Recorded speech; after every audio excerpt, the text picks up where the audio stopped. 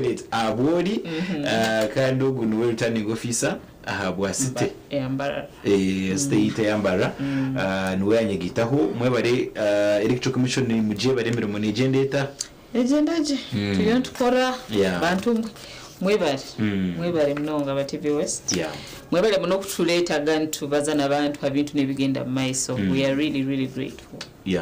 And this is an incredibly busy season for you. Yeah, it is. Hari kubaliza tuliset for tomorrow ebirabi namnana komesa I also want your persons baitu na committees zabo. Tutukuza kwetorora mu bingi bokuba tujenture ko ibintu timeline ezumbiri mwine na n'ikindi kikuza korwa when na finally the day is tomorrow. Yes. Neteno abantu abaseko mamanya okwika polling session nishazingahi okutera karuru nishazingahi nikabarwa shazingahi twaiza kumanya umuntu what follows ntwena kuma program ejo okweyemerire. Thank you so much, God. Tomorrow nyenkia sebira bina mnana nikakire kibate iroho commission ekiyate iroho kyokoma karuruka LC1 chairpersons program kutanyikira sahemu abo officers baitu bali set bulagenda kora set, the supervisors are set, the village election officers are set, we are set at our level. So nyenkia sahemu kabyaro byaitu halitu handikisize registers no tugenda komera karurumba ni mpura abantu bakwenda kuhindura emyanya egyo tutahindura emyanya egyo halitu akomeiri halitu handikit the registration halitu handikisize abantu no tugenda komera nakana karuru umuntu aho yahandikise henyini no harukuza yagaruka yaho nyini no tugenda kwantu komera abantu baitu bagambire busaho kuhindura emyanya enu baikaro haho niko abantu babasanga kwa mujya guhindura olajja basalata kubarora and that will not be good. So sahemu tujakuwa tuli hamyanye egyo halimu ahandikisize from sahem paka saisa tujakuwa collect with verification. Okay, handikise handikise burawa handikisize barali yawe lirimu nkitirimu, so we shall be ticking bokuija abaho guard ni checking am register. Okay, handikisa rundi kwa bokuwa handikise ntukutickinga ni tukwa voter slip. Oh, okay. Oh, yes. Tugenda kuba voter slips. So tukwa voter slip tugenda kuba nekikarikete kitu, it's called cordoning off. Tugenda kuitsara ho ikikarikimu mwanya ogumuronzire ayi tugenda kusimba line zaitu. So tujja kuba tuteiro ho cordoning tape zaitu ziro electoral commission. Okay. So bakumara ku verify nga bakakuha slip egyo no tahamukagwa notahamukagwa. So by saha ina tukunira tujja kuba tumazire ku verifying abantu abalaba roho. Those are 7 to 8, 8 to 9, 9 to 10, saa 3 3 hours. Then kuluga saa ina mpaka saa 5 tugenda kukola ekitu vote education. Village election officer waitu agenda kurabiramu abantu abayizire on how the process is going to. No, what about the presiding officer? No presiding officer actually. Yes, the village election officer handikisize tomorrow no presiding officer. Aja kuba na polling assistant we, aja kuba na assistant we. So baja kubarabiramu muningo election kwegenda maiso mukaguza bagarukemo, then saha 5 zonyini tugenda kwantandika kukoma saha 5 bayiraba boraija for verification saha 5 tumazire tojja koma. So make sure ngo before saha 5 wabawijire actually by 10 by saha ina make sure ngo ikire ha village yawe tukole vote education ni saa 5 zonyini ibona tubagambire musite hona. I think even other places but nyonja kubaza hasite akwanyomba gambire by saa 5 buli kyaro tugenda kwantu koma boraja samkaga tumazire bijja kwa bikora biroho. So so omuntu okuba yaze kutaha omukurya omwanya himwagira ngo nakukodoninga na ikiziba kushobora ninga yagire no wagiremo bokurugamu byawe because na security has been briefed. Yes, security kimanyire aba officers abagenda ku deployinga bakimanyire ngo bokutaha yo tokurugayo. We want to minimize those things. Saying kanda bakwaira akakupon kando gonza maybe genda akakora photocopy or anything. No, yes, we give you a coupon, you stay there paka utwamara ko mat kando genda anka.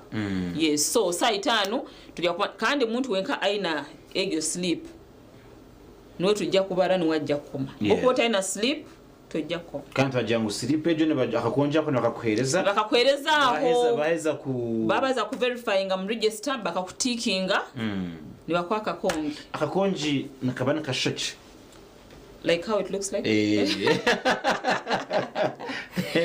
akakonge kaitu karoho electoral commission logo yaitu then karoho akarora katugenda kora administrative unit selections LC1 yes mbone kesho mutakaje ndakaza kukakora mukamwechura yangu ya kizibu muno because we have tuongereho na feature endi kuongera kubale mesa yeza ho kakora tuongereho stamp behind it behind akakonge karo stamp moza aba VEOs mutagaba slip etalo stamp enyuma we have been working, we have been stamping nindeba we nenga yes we have been stamping so our slips are for EC ngo tugenda koyesa nyiki and only abali mu register bajja kubutunga so mbona it's a red flag wari bo muntu ainaka konji kataruho EC it has the normal colors of logo etetahamu black yellow red the logo is in black yellow red not white they are not photocopies zona is the original tituina any photocopies so tukunira muntu wena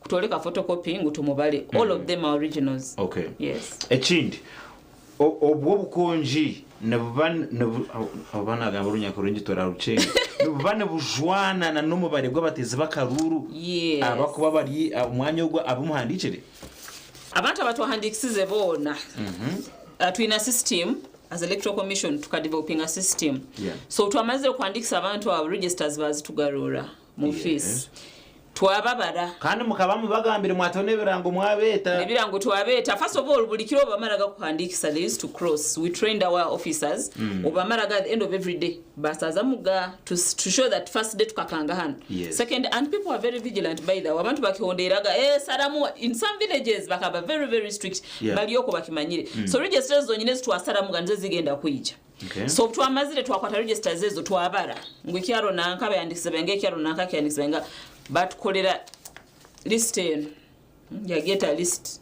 eroho ekyaro nabantu abayihandikisize omuhendo gwabo list and security egina electoral commission egina officers baitu obukongo bwizire for example eno list ekyaro ikubanza kimizuru enkanja cell twina registered voters 292 bibiri kenda na babiri obukongo bugenda kuba mu rwenkanja tomorrow buli bibiri kenda na bubiri tibukuyinguramu so abarahinguramu tibajja ko bali mu register so it is only 292 abatungire obwire bajja bayahandikisa bonkano bagenda kutunga kakongi abo nabo bayorekera obushunanize bonkaba mu Uganda bayahandikisa ekyale kigarukaho remirabyo bayina abagenda koma 209 209 obukonge 209 nibo bugenda genda remirabyo tomorrow no extra no less wow fantastic stuff so jimanyisa chichimaisa munyono wajiwe obundi ubeno teka gwe bintu business as usual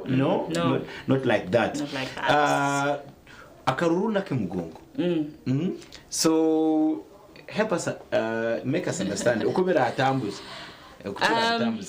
akasaitano buziraika village election officer abambaliyo bakundura obwa hali abagezanya batakundura mu bagambire village election officer site anamazire kwegesa abantu ebigenda maiso ajja kweta abacandidates abayisimbire ebyalo bimu na babiri ebindi bina basatu I think the maximum is 3 abagambe ati abacandidates muiji bacandidates bagende bemere the law allows candidate wonyini kwemera agent we asa kumwemereraho na kwata maybe exanike or his name or anything or even a portrait itself basa giteka ho maiso abantu amba na portraits enungizi na wood and all that basa nagyo gitaho and then baramara kwemeraho ayeta abantu abagambe mugende mwemere enyuma y'omuntu wanyu omukwenda so abantu bajagenda bemere enyuma y'omuntu wabo oba kwenda baramara bona amazire kwemera jukatu ba verifying iregeira they are already in that cordon of area we shall start counting. And we encourage our officers baitu batanike kubara with the shortest line. Yes, we had issues in women councils where they started with the long line. At all, they are losing, they caused commotion. A bit of some commotion. Yes, so to be encouraging us, start with the shorter line. Start you can't yes, no one knows reba. So start with the shorter line and come to the longer one. Of course, someone to saying I just kuruga mline bwangu and yet the opposite the other way might be hard. So obaramara kusimba tujakubara. Presiding officer in a personal rather polling assistant wakora nawe. By jakubara abantu ban. By agents babara abantu, bakandes babara abantu, it is strictly by staff by EC. babara abantu bo ogwabo tebakwiziba no kuraba muna naba isi omukurambure enkarara their role buli candidate by the way asakuleta agent ali entitled to an agent. That's right. Even at verification or entitled to an agent orole muntu wawe how are they faring, how are they verifying bamukomere bata naye obona orani babaro bururu you witness wakubara omu babiri basatu bakwati n'abantu bayitoko. You know our nature as human beings haliyo kwa bakwetegeka tubahirege emirimu village election officers and they think bajja kukora manyango. So the agent, this is why you come in mwetegereze bigenda mu maiso. Yes, and the security has also been briefed nabajja kwandi betegereze bigenda mu maiso abantu nabagoza kuleta chaos, the security will deal with them. So tukuniro baramara bakoma babazire they will be noting, then bajja kujuza form zaitu tubahire form ha polling kanzete polling station ha village polling stations zaitu tubahire form bajja kujuza bateke max rundi votes bro muntu wena ezatungire. Yes, nyejo EC10 we have EC10 and also EC11. Yes. Okay, so umuntu no gumana areba baheza kubara bakahandika baheza kubara nibahikane baranjira. Actually our form of polling returns it's arohansan village election officer ina mani maingi aja kujuza magamba mu declaring asingire mwe nichweraho kikuweraho atwara amazire mu declaring yes baraba mutagenda abantu bamara kuwininga they start babahimba muhanda ni bagenda haiguru babahimbira iguru bandi mutagenda mbanze muikaroho akwacha person aina koma committee ye nachona za kuchikorera immediately after being declared ajwale koti ya chairperson ayete committee kandi ayete council ayete council yekyaro niba abantu bali mu register baije bayikale then atandike koma abantu bagonza akora hold up let's go a little slow there. Yes. So abaheza kutera abo benyina baba baruho twaza kutora na abari yabitwaita abara zahakachiko aba committee members na batora no mubataka umubantu na batwa na mu bantu abari mu register ombari mu register taka tora na omuntu atari mu register. Fantastic stuff there.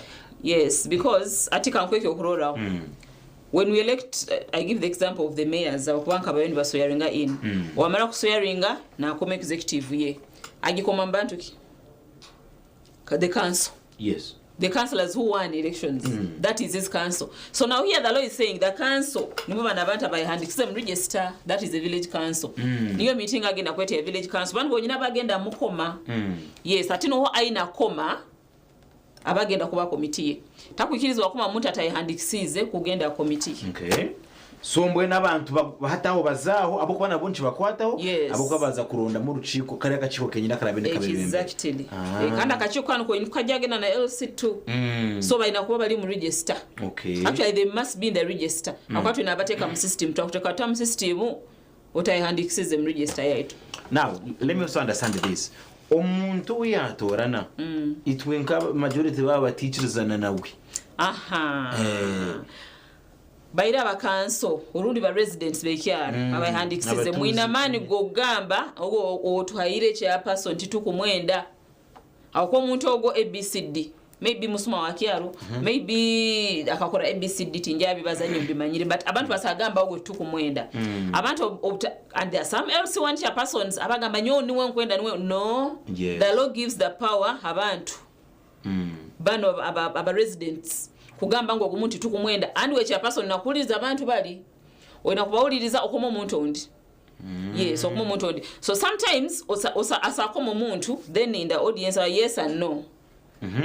Then there we might have to by show of hands who is saying yes and who is saying no, because if you're having yes and no then I think we should go with the majority. Yes. So again akuba meeting iyo nyini and for me as alaombara sitting kozerenka nyowe tugenda kuba na minutes of that meeting. Why? At the guidelines tizikihayo kurungi but I've been hearing ntambairi nipura complaints and bagamba cha person why twagambe tajja kweta meeting we tajja. So I have tasked my village election officers, my ward supervisors, make sure these meetings take place. And tinja kuikiriza DR form yona, that results form I will not accept it without the minutes. and the attendance. So abantu bakole meeting bachapersons twine bachapersons abala no opposed. Ayo batakwendera kimbaye batakwendera kimukola meeting but the law says aina kweta meeting appointing abantu abo mu meeting. So bachapersons abarabire mwana opposed 11 am tukwanira kwa muri meeting egyo. And we have chosen the same time 11 am mube meeting mukoma abantu banya ba committee then bano hali baramalira koma nabo batandike meeting yabo. That is how we have organized our day tomorrow. Omuntu yatorana omuntu uri mu register konkataruwa aina kubaho. Thank you so much. Yes. Omuntu wa chairperson nakoma aina kuba mu register kandi aina kuba present aina kuba ruhaho. Chairperson tasaga manyonko mere secretary wange na akacho nkataroho no ujya koma ko bwakanseri mu abantu bayengi komondi. Okay. Yes, so the person must be present. So when benda kubakoma bamakingisho wangu baroho tomorrow. Alright. Otherwise someone to bagenda koma in absentia. Alright, thank you so much Abori. Umenyi wanje ni Violet Atura Abori niwe returning officer ahabwa Mbarasite ntugamba bikuteza karuru of course nagamba shongeza Mbarasite konka koko bano hurano ureba ngo nizo kuza kwazana nuko mbyaro ko wanyu umanye ko ibintu rase kwane bitambura kugira ngo cyo rarebe utashoborokirwa obuze ebitu base kwani bikushobora muri buri kogwe. Let's take a short break turagaruke ntuzakumza mu kwetegereza then how do we move on aboko batu amanyangwatiya nako harimo nebyo kwandika attendance list na minutes nebile bishaka gambero haruho ubundi buciko akaciko abahandica kugira ngo abantu bino buri mambiri yabo kurundo umuntu owechi biyo nantuza kushoborokerwa kuturaruje omukahumuro kachaka akatoza kuzamu gomani twa TV West. We'll be right back in just a bit.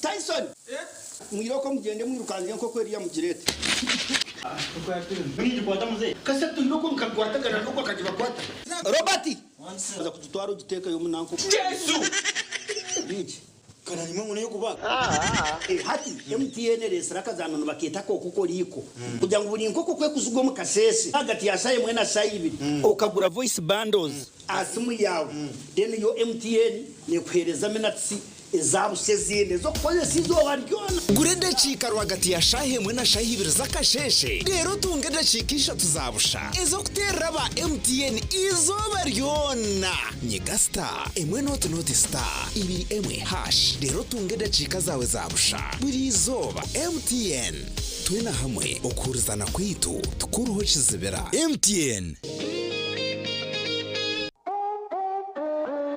Start something new.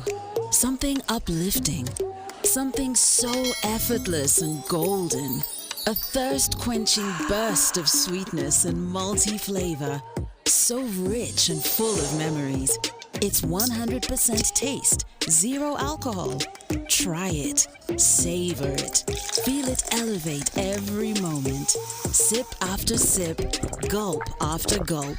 After all, life's about turning ordinary thrills into golden chills.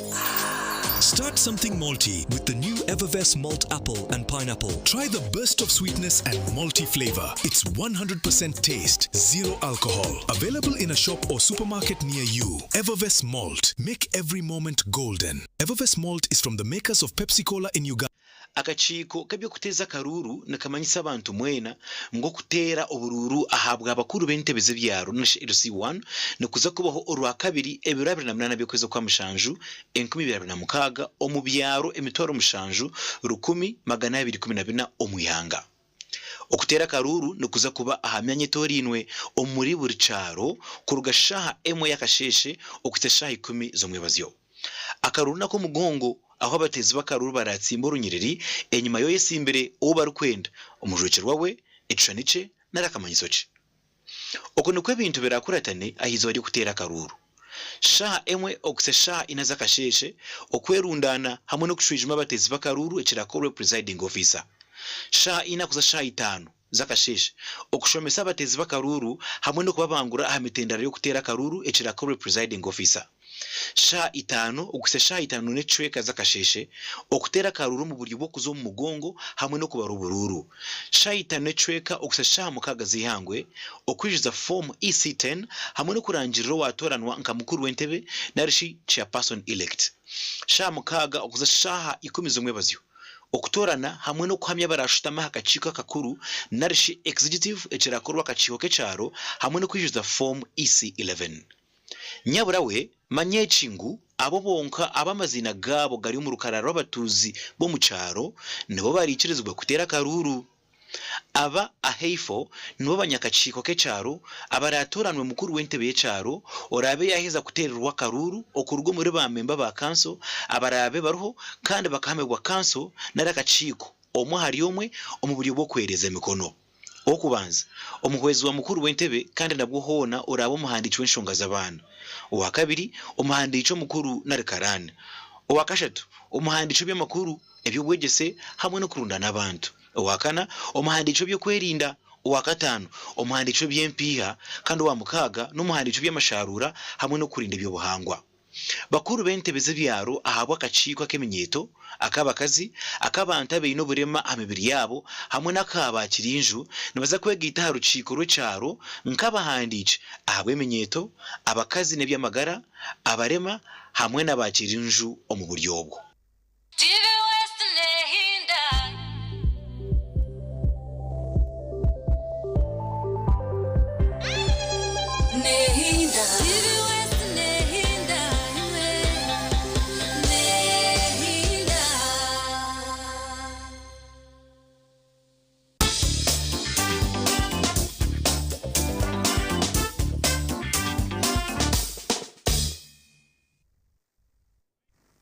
kayo omukahumurako ndi Bob's God abaho kandi umujyi wanje ni Violet Atura Aboli kandi ni returning officer aha wasite eyambara tyo tugamba abikwate n'ibyo kutera karuru izoba eri yanyica kare obundi arrangement eyo rembo nebasa kutana mukace na arrangement eyo ko mucyaro wenshonga nko election commission eri kubanezereba but just be keen to follow each presiding officer wawe arakugambere haza aho nico kikubera cyukuri umuntu wakugira ngo oije kare bakushoborere abo kuba nko kwayihurira naza kuba mu bwire bwa voter education okubangura akora atera karuru kirango cyaragaho cimbe kuba cyabe kushobora kurunje munonga we just going to add little more information kugira ngo bicenge umurigo guso ija kare otakije cherezi kandi ukijana nebuzo ebita answer injura kugira ngo abota zerota obotaruso come really early ijo mu bwire ngo kuhahorana bagamba uboruho ohureba rukushoborera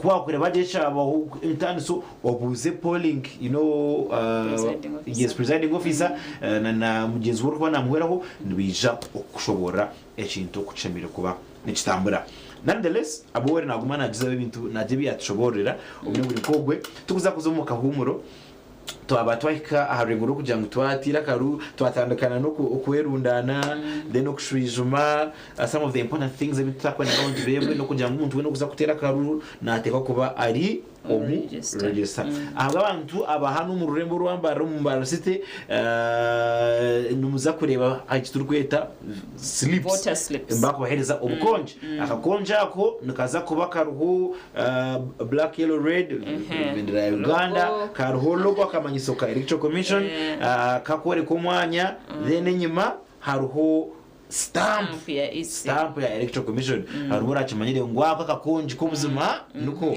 rero kutwarugaho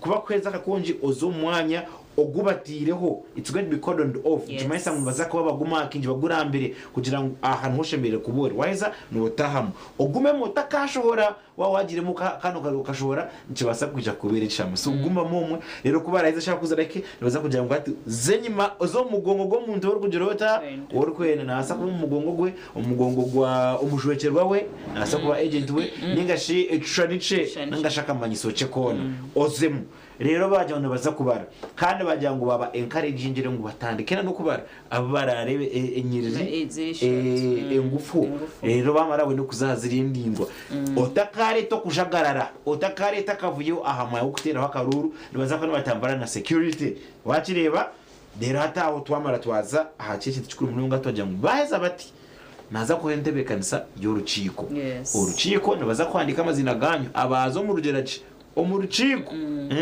rero twamara bahereze ubwo umwahiza kutorana nyitekana rumuhereza ubwabe okutorana abantu abari kwenda ngo ayebembere nabo abumureye mu akaciko nimwe ruciko ruhango kongo mu rukiko runatekorwa makabonda kaci akarabe na kajonane zebwa emiremo yecaro ukwerabe ne itambura so wahorana za kwa narona mu vice naronda mu karani general secretary aza kwa naronda mu information and mobilization harumu webyo buhangwa and production and no security. I think there are 6 people then nawe nabaya bamushanzo nuko kaciko kanyako twe ko kana na journalism wakaronderaho aho henyine mbone yagize izina riyarita rushembere kubona yo rinkai omuri register takagambo umuntu atari mu register yaka umuntu atari mu register mwange kandi bajya ngari cyo kamacane kubera ubaragambe ngaruto mu checking ari mu register ego kwarumu kandi nabo kuyakubara ubundi mukamujira ho kwe mu rugumya ho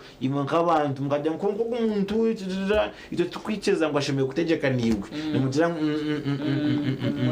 mwanga rero hasigara ni murunda ondije. How do we move on from there?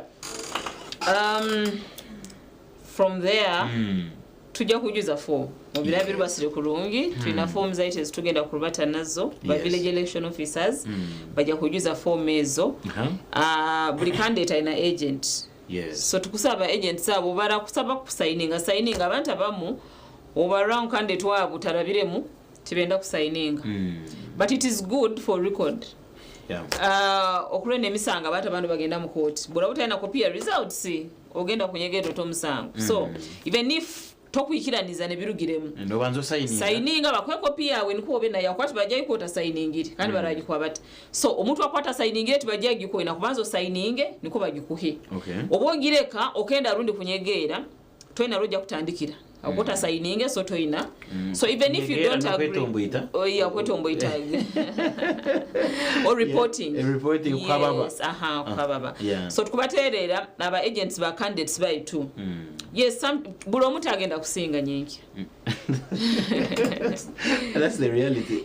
The reality is that tuna tujja bulabali bantu babiri mpaka tuina kutunga ho muntu ki omuntu omu so no candidate one bwata singire yiwekirizo okoro obujunanizibwa bwawe nka agent osigninge form zaitu niko umanyi results zibe genuine even if you want a copy ekubo manyire nkabaho nya signinga no nanya signingire kinu nibyo byabayiro you have a start so barama kujuza form zaitu of course akaruka jya kubaka hoyi if everything goes well actually tukuni agoze kukasam nana genda mline site anu tukabara abantu baitu aketa meeting because the agenda eregi abagenda mu meeting tubana agenda ndaira right baitu agenda hanu emu yonka yokoma committee so tugenda abirai hia balete mu nebyente kwibe nkoko no strictly agenda emu koma committee abara atora ni ababa committee hari ukujya babaze bagamba nabo bashabaka ruhu no we nabo kuba just akuba pointing so maybe ekiba kusaba kola kuikiriza no gamba nyikirize akwa bolo basaba kukuma no ganyoti nkwenda actually committee member bwako iyo wonyina abantu bataka kuangiri osagamba nyoti nja kusobora then nakoma ondi so it is not a must ngo bakomere paka even nono manye tojja kusobora kando gambe omanye tojja kubahoga you say osagamba kwa haron so tujja kubanihira kuikirizo gambe yes chairperson thank you very much nkuikiriza akora naye wenka vice chairperson nkuikiriza akora naye wenka general secretary so there should be some agreement uruchiko rwarukirize bito uruchiko rwarukirize nawe no ikiriza and we move on so we expect at least by some no birabe basire kurungi and tukubasaba abantu bambara birubate kurungi because security is going to be on the ground. And that was going to be my next question. Yeah. Abokuba dynamics za city nizitana hona no myanya y'ebyaro. Okay. City mwene yone yange ba city ahantu habasa kubenda kuba abantu barikwenda kureta mu jagararo ndebere bikebyo on your end as electoral commission na on the end of security. Haruho okukumanyana zirakire mwashitama hamwe. How are the preparations? Angoza kusima security Mbara City. I want to thank the RCC, the CISO. CISO is the city internal security officer. And then the DPCs. Mbara City is very rich. Tunaba DPC basatu. Tunaba OCs. So today we had a meeting in together hukorora how to handle the elections tomorrow. So moza kubasima mono that they called for this meeting and were able. Ebikala bigenda kuba no buvuyo already to be managed. Security is aware. Security is so no gena ko buvuyo bwawe karomanyire ngo security is aware. So bikala ebyo we sharing on how we shall, because I get information from my supervisors and the village election officers, and then also security, they have their own systems on how they get information. So information then yona tugina ebyare bikunihira even individuals twina namabara gabantu aba bamu. Yes, abamukumanya twina ba individuals abamu ba candidates abantu ba supporters babo abatwina information ngo kuteka ko rubuvuyo. So ngoza mumanya the security is aware titwakwendeze muntu wena atongo obuzibu. So tomorrow the deployment will be there. Security agenda kubaho abakunira kuleta obuvuyo fine baliyo, but security is aware and we are also aware. But what I want people to know is that even our chairperson Justice Byabakama spoke about it. Yagamba ngo abantu abagenda kuleta obuvuyo nyenkya mu Karuru tukwefereza itwenka because process ekiyagenda maiso tujagenda LC2. Omulaye tobuvuyo tukageza abakomere chairperson ni mu bisisaga tujja kwate byale byakomere tukole register ya ward tugende maiso na LC2. Yes, nko kutukozegera nabakazi tuinayo level egaruka ya ward. So yobo garuka mbuvu yo tokwenda Bakaru kabeho, so tukwenda buvu ya wakuba tukwetaga ba chairpersons bana. So let us get our agents. Buli muntu ali mu register ali nkubaliza nyenkya ejja koma. And I kept on telling people, because of course the register, abantu baikaran were complaining about the register, but those complaints will never end. Kan yo bajaga mu office yanyu bagamba ge kintu kimu. Obwire bwo kumara no wetororowa ara distino wetororowa ara ono weto gendo seroro bururu. Gendo seroro bururu hanso ko abantu babo bakonvincinge bakukome because ekindozerege kindi God is that abantu abamu bali so scared. So in getting scared, they want to drag you into exactly. So register tukabaine biro bya display byarabaho. So mukutunga complaints about the register now nzitungire zimu today really. Kuba tena kinkusakora. And that is why tuchwire mutukora karuka nusa 5 zonyini, because I also have complaints about abayandise mirundi ebiri. Handikisa mkyaro kimwe yahandisa mkyaro kindi. Arara kambaze bimanyira arara boma yagenda yahandikisa kachika na boma sales. So akaru katuke saa 5 also to try and curb this. Saa 5 rumoja kubana abara togenda kumera mbyaro binga. That's why I was telling them. Bwaraachwire mukandikisa mirundi ebiri still ajja koma ekyale agenda kubara hamwe mukumureba. Exactly. Tusabutamanya nkahanda ile yahandikisize baitu saa 5 ituna tujja kuma saa 5 aragenda ahara abari. So tukutera abantu tube bagumu tulinde mirembe, put your agents baraka rokawe and let us keep peace.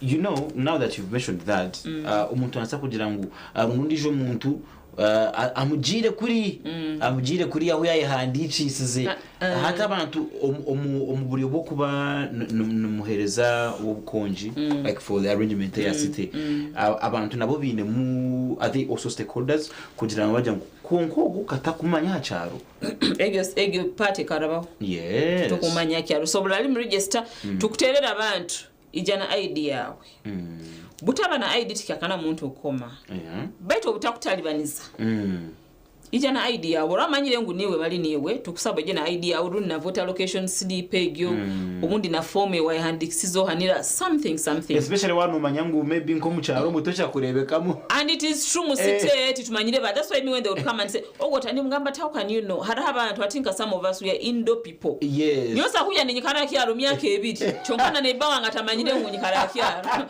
so to sa kumanya buli muntu introverted exactly you I'm an introvert nyikara I prefer being inside vote so ali abantu nkabo kandi n'obugabe bwanje kandi nusite nsakwanya pangisizaho mwaka gwona ntahayo tomanyire utekeza tinyikara akyaro kandi ntura wao nintura akyaro so buli muntu ali mu register agenda komanya nkya baitu kubasa obrano sobora ijana idea we for easy identification choka ba village election officers timoza kura mu mwaka ngo muntu kuma bakwata ina ID maybe if the identity is questionable you can't even ask people around no muntu but can't basabutamanya bukuba so come with your ID as simple as that okay handiksa kando bakandi bajja kwandikisa bakayija nazo so it is okay just move with it for security purposes ono msirikala sa kwemereza na gambodi wanka but if you have something ikikubazaho kikuyamba so nkutera abantu bali na IDs zabo ku easing a verification to make it easy and also for them not to get problems hariho bari abandi abantu abitwagama bashenva bari habuchiko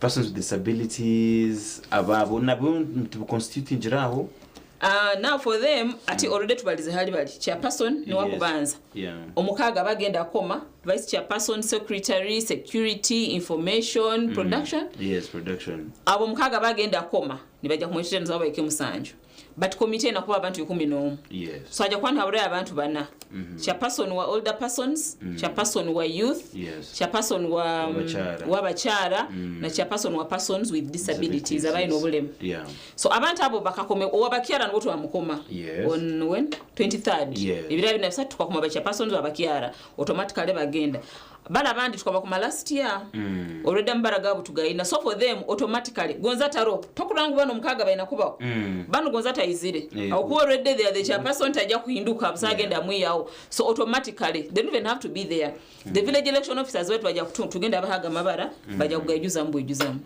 yes uchiko rutakaya karukateka rukajangu ogoshika tamureba uruchiko only the 6 abo mukaga baitu bala bana ba special interest groups already baliyo basa kuba basabutabaho choko automatically bakujoininga committee egyo eyo abantu 11 echaliza jana zichendera ni manya mwetebekanizi haroko sa BVVK no titwina BVVK just register yet harumoko so register yet no bukonge bwetu ate BVVK yanyenki and bobukonge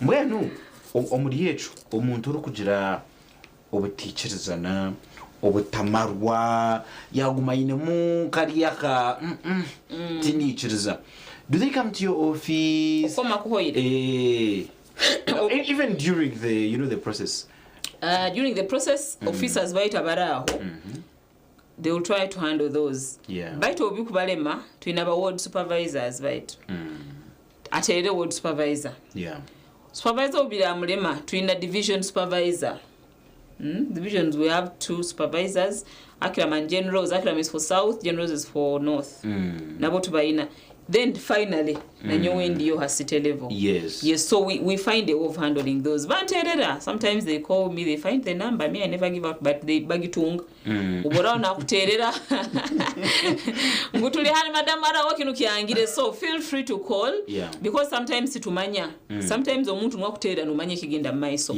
so a complaint we handle them along during and after okay so then of course chagu machanjire umuntu nazo mu ikiza chagu machangira karuka genda maiso ota matire ngurundi bakusingire then the courts ziba open okay we want to salute team ya Electoral Commission abete bekanise kuza kukora umurumogu were they trained enough tukabara kuchibuza specifically we really tried even to them bagambirege they should tune in they keep on learning learning tehwa learning tehwa so the more you listen to these things the easier it becomes so twikaire into barabiramu about what is expected of them kandi bakimanyire baite kikira byona non-partisan. Titugonza kura mkani presiding officer abe na siding na candidate. Please. Titugonza bitu bibagarukire. Titugonza kuntera mkani madam nyoba nsibire bakusibire kyoro mchome no okora yoki. So let us try to do the right thing to ondere register abantu basimbera indi bakume babale kurungi. Otabara abantu no baguruka abantu no baguruka. Please otaguruka abantu babale kurungi otwe results enungi so that we minimize her complaints after. Your final word. Oh, my final words. Tugende tukomenyeka public holiday. Yes. Chokaba ihandikize bonka no bagende bakoma. No one public holiday konka. Bora public holiday ihandikize put on my status. Stay home and sleep.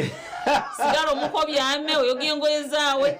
Beta bayihandikize nyenkya sahe mu tugende ha village center zaitu sobole kutera karuru. I'm calling upon the staff of EC. Yoti tinyo sabagamba ngu buli kyokola kikugarukira. If you do the wrong thing bakakutwara really kijja kugarukira. So we are calling upon them mukole, you know the right thing, please do the right thing, and I'm sending them greetings. Can I send greetings to my mother? Kota mugambiri ibara.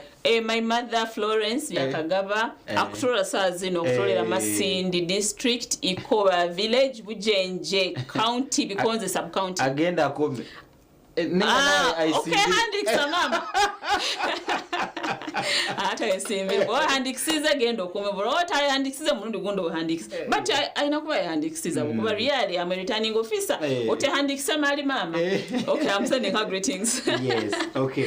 Mwabale mnonga banyone banje abutu atandika nabo kana no kusiaga majingo nyechakari unukugenda mukatera karuru especially yo wahandikise. It's very important ngogende ozokukiriza umuga gwawe orundo umwebembezi otakagiraga need yo kushangana oronda chairperson niyo kushangana oje tikiri important, but for you that has had a need before eyo kuronda chairperson we charo you know what miso genda otere akaruru kandi ugume hwaho waza kutera akaruru taraka kurugaho oze muri ruciko orubagamba batorane abandi banyakacika abantu barashitame akaciko abako abantu abona abantu bakuru mununga kuba kugira umuntu wari abantu anakanda ukumanya horiko detara nunje mununga ogambira uruciko kugira ngo umuntu ugwa abantu bacima babani bikirizana niwe kandi batakuzana niwe bakunze mu mutorane umuringo guringogo tutuna kwendeze birunji.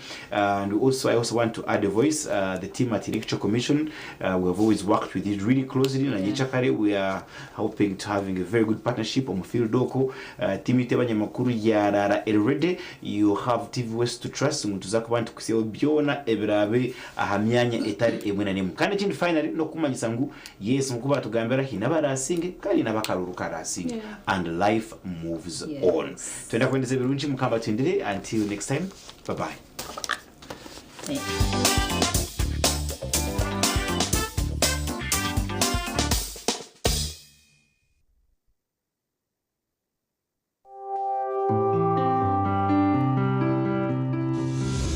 Enshonga y'izuba yabane kushibwaho Kabozi multivitamin drink chitasyo munsi y'amagara marungi nichikuyambaho kwigura misi kireta amana masyo mbashije hamwe n'abakazi nendijo megasho kwata Kabozi multivitamin drink otuntumura cyubaro na stress.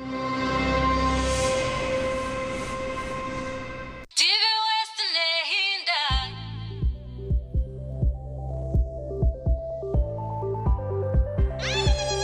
Nehinda